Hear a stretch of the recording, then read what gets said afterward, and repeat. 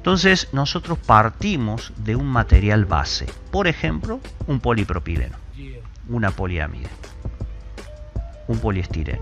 Solamente adopta a la temperatura de inyección un estado plástico, ¿cierto? Que le decimos la masa moldeada, el plástico, el polímero termoplástico, fundido, estado fundido. Bien, algunos colegas dicen el estado pastoso porque no llega a ser líquido, algunos más y otros menos, entonces tienen una clasificación. Después que inyecto la pieza inyectada, ¿puede seguir absorbiendo humedad? También. Entonces la humedad la tenemos antes del proceso, pero también la tenemos después del proceso. Pero fíjense cómo para tener una buena pieza de calidad, por ejemplo rubro automotriz ya me pide una humedad retenida máxima menor a 0,2%. Y lo vamos a ver también, así que no se preocupen, las consultas van apareciendo, pero lo vamos a ver en detalle. Entonces, tiempo de residencia es un parámetro no universal, porque depende de cada máquina y es un parámetro crítico, pero es no universal. Lo tengo que calcular para cada máquina. Una mesa inyectada o una silla, esas de playa, esas grandes reposeras de playa, ya tiene espesores de 10 milímetros, 12 milímetros. Entonces, ¿cuál es el problema de piezas de elevado espesor en inyección de plástico? Y por eso que a esta cota le decíamos altura o espesor de molde, porque cuando le hacemos mantenimiento no lo ponemos en posición de máquina al molde, sino que los ponemos así, a 90 grados y desarmados. Concepto, ya que estamos nivelando un poquito, vamos a profundizar todo esto. Cuando hablamos de tiempo ciclo, supongamos que este segmento es mi tiempo de ciclo. Bien, como vimos en el simulador recién, el tiempo de enfriamiento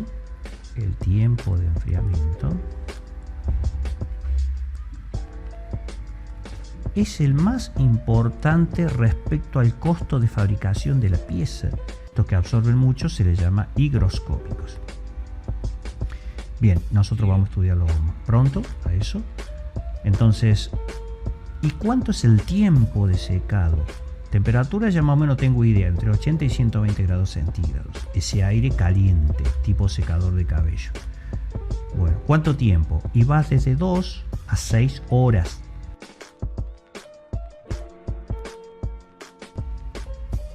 Ya prácticamente es obligatorio que todas nuestras piezas inyectadas lleve alguno de estos 7 símbolos.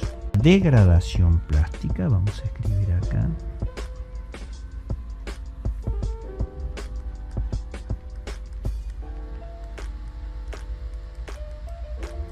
La degradación plástica nosotros escribimos para poder ir razonando a una cierta velocidad.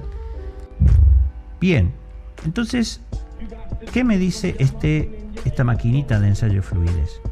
Me dice que los plásticos más viscosos, o sea, menos fluidos, los más viscosos van a tardar más tiempo en pasar por este orificio calibrado.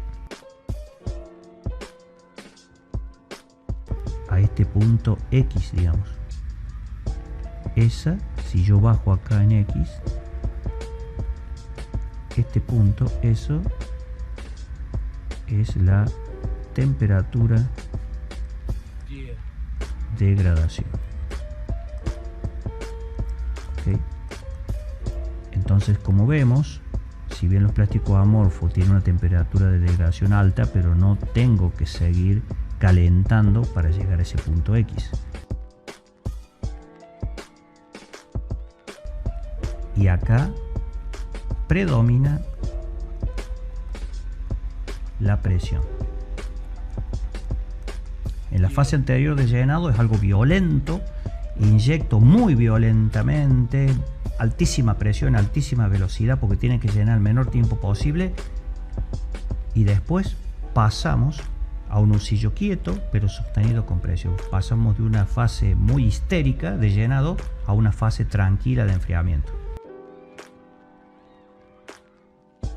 En cambio, hay otros parámetros que no son los mismos. Por ejemplo, la RPM de carga del husillo es un parámetro no universal, porque una cosa es una RPM en una máquina de un husillo chico, pero si el husillo es más grande ya tengo que poner otra RPM por razones obvias, el husillo es más grande.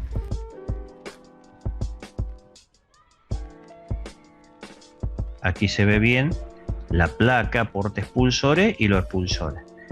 Entonces, cuando el molde abre y yo tengo que despegar la pieza, esta placa que estoy viendo en este momento con el cursor se mueve hacia la derecha accionada por un mecanismo de la máquina, ¿no? La máquina tiene un cilindro o un mecanismo de tal manera de que empuje esta placa hacia la derecha, estos pines se desplazan, acá ya vamos a tener la pieza inyectada, adherida a esta parte y la empuja para que salga.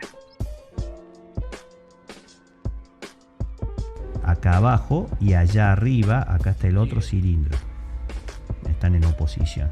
Entonces esos cilindros hacen la aproximación de la placa móvil para que cierre el molde.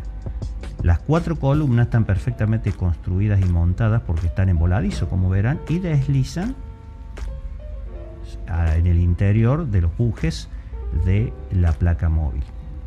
Luego, ¿cómo hacemos el cierre y el enclavamiento? Con 4 tuercas, que se llaman tuercas partidas, en un plano perpendicular al eje de la máquina. Entonces, si nosotros estamos viendo acá la vista derecha, este corte, he dibujado el eje de la máquina y la pieza está contenida en un plano perpendicular. Si yo trazo un plano perpendicular, así, esto vamos a poner así, plano y perpendicular se pone así el símbolo, plano. Bueno, a mí me ha tocado inyectar varias de estas piezas. Lo más rápido que pude conseguir ha sido 90 segundos, o sea, 1 minuto y medio entre piezas. Lo más rápido que pude lograr, y he tenido piezas complicadas muy lerdas de hasta 3 minutos. Acá lo tengo, bueno, un lindo husillo.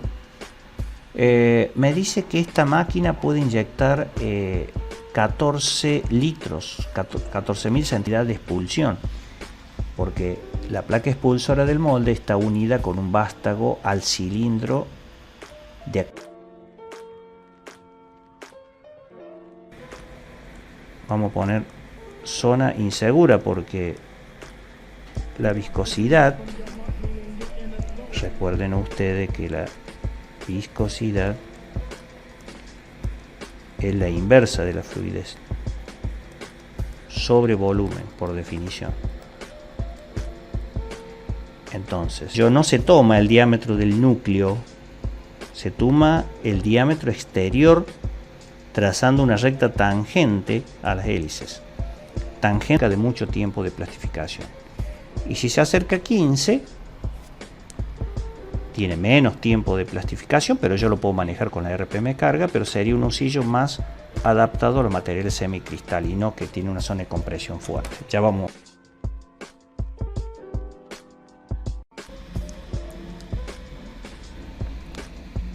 Acá a la izquierda ya tiene la ranura fresada, aquí va a ir a la tolva de carga en esta altura, donde está esta ranura fresada aquí a la izquierda. Se transforma en un verdadero pistón, como una jeringa de inyección, inyectando el material a través de la boquilla. Yo no digo cuántos metros o cuántos centímetros tiene el largo, no. Digo que es un husillo que tiene un largo de 22 diámetros. Ni más ni menos. ¿Cómo sé yo a qué velocidad está girando? Por ejemplo, acá lo veo en un cuentavueltas, en un tacómetro, el 1.2. También esa presión en la cámara 1 es lo que llamamos presión de inyección. De conmutación se da en 1.6 segundos aproximadamente. 1.7 segundos.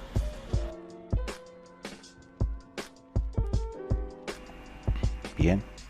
Actúa como un amortiguador después de la inyección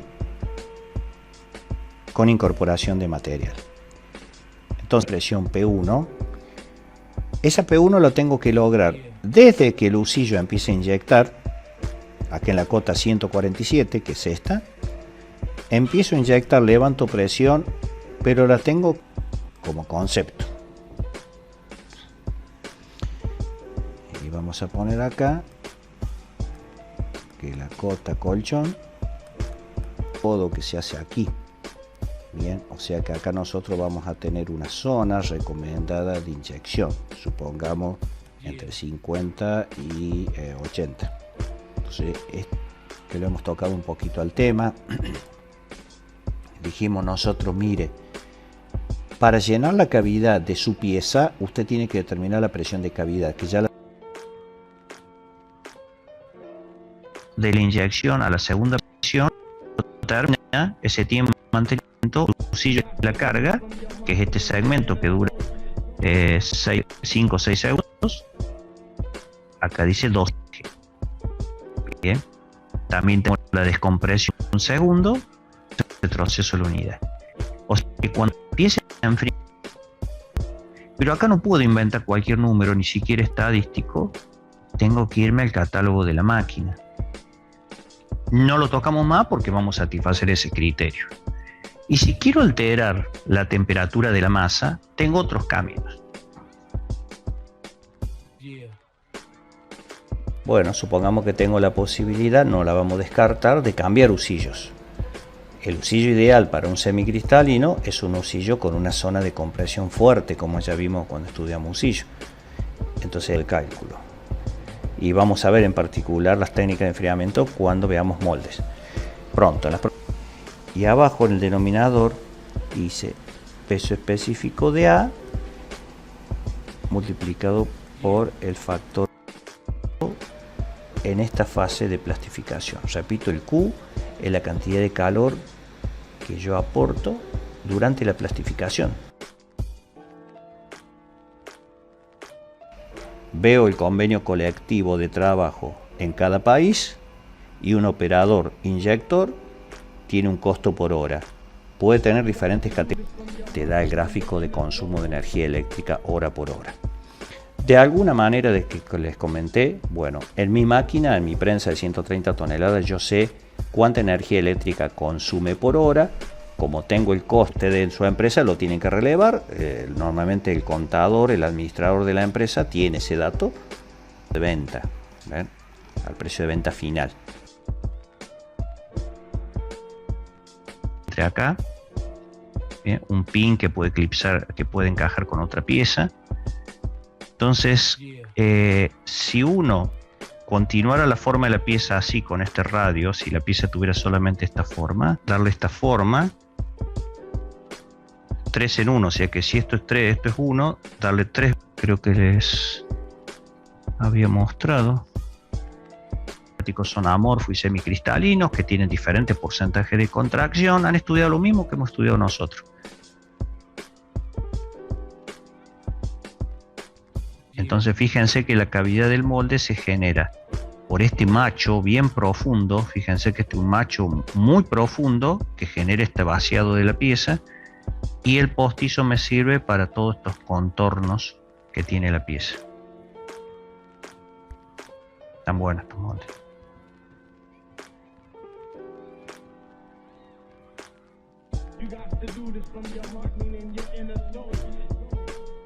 O sea, recuerden que acá estamos comenzando con la idea, quizás un croquis o un plano de la pieza.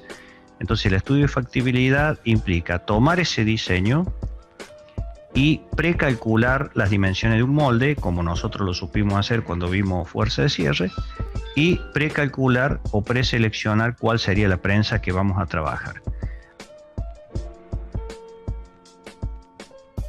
Entonces esta es la documentación que se usa para capacitar a los operadores, la ficha de operación.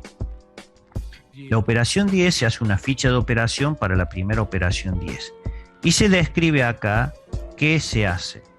En este caso la operación 10, inyectar la pieza según los parámetros establecidos en la ficha de fabricación. Se deja donde se especifica los criterios a controlar, el rango de tolerancias, el dimensionales que se controlaban con calibre. Una vez que calidad el muestreo y esto está bien, interruptores, movimiento de las placas, columnas, el engrase y el desgaste,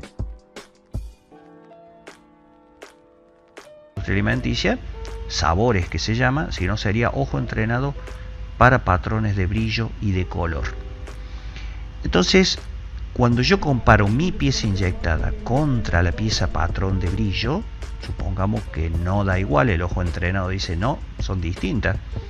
Entonces yo puedo tener baja y los semicristalinos muy alta. Entonces no me tendría que equivocar en el plástico que elijo. Ya de entrada tengo... Bien, y yo definí, supongamos para mi pieza, el diámetro de la compuerta tiene que ser 2.8 milímetros. Voy al número 2. El triangulito está para arriba, o sea, subir la temperatura del molde.